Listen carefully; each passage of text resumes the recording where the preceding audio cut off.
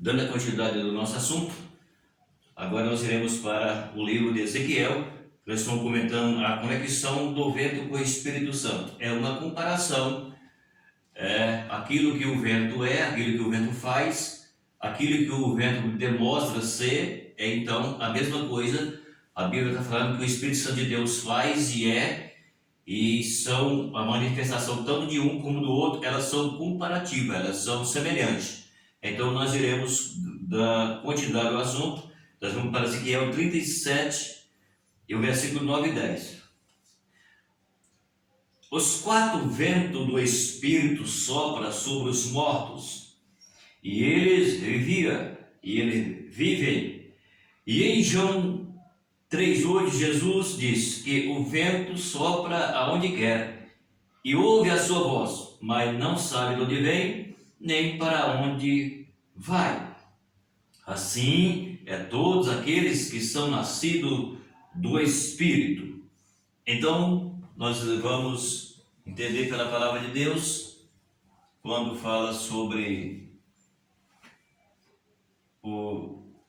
que o vento sopra para onde quer e onde vai, fala também sobre o Espírito Santo. E agora nós vamos ler dois versículos que falam aqui sobre Ezequiel, capítulo de número 37, 9 e 10, fala assim: E ele me disse: profetiza o Espírito, profetiza o Filho do Homem, e disse ao Espírito: assim diz o Senhor Deus, vem dos quatro ventos o Espírito e sopra sobre estes mortos para que eles vivem. E profetizei como ele me deu ordem, e então o Espírito entrou neles, e viveram, e se puseram em pé um exército grande e extremo.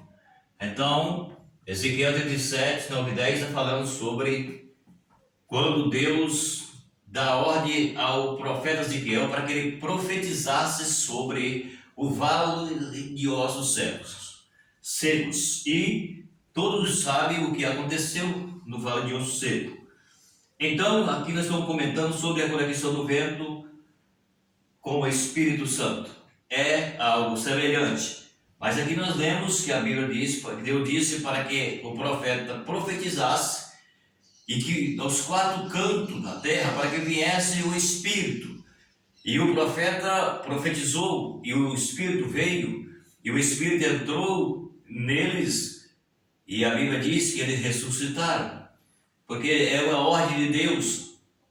Então a mesma coisa quando nós olhamos para o que a Bíblia está comentando para nós, que tem uma tipologia do vento com o Espírito Santo, então são algo semelhante.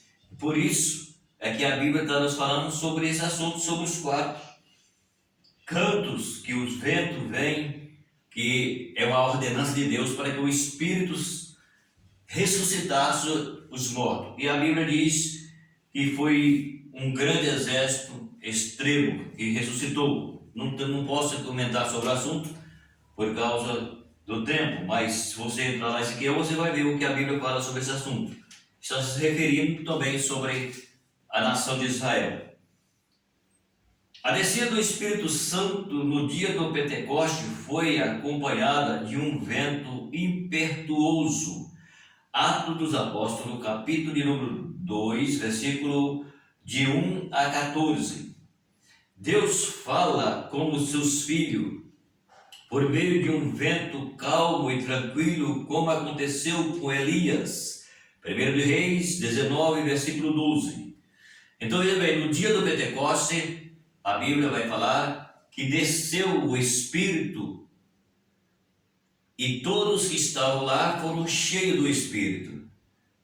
Mas aqui a Bíblia vai falar, antes do dia do Pentecoste, aconteceu com Elias.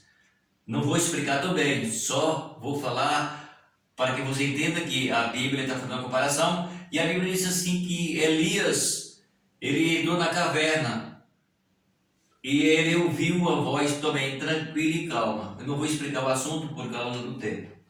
Então aqui, na descida do Pentecoste, nós vamos entender que Deus fez com que todos entendessem que aquele dia todos tinham que entender aquilo que estava acontecendo.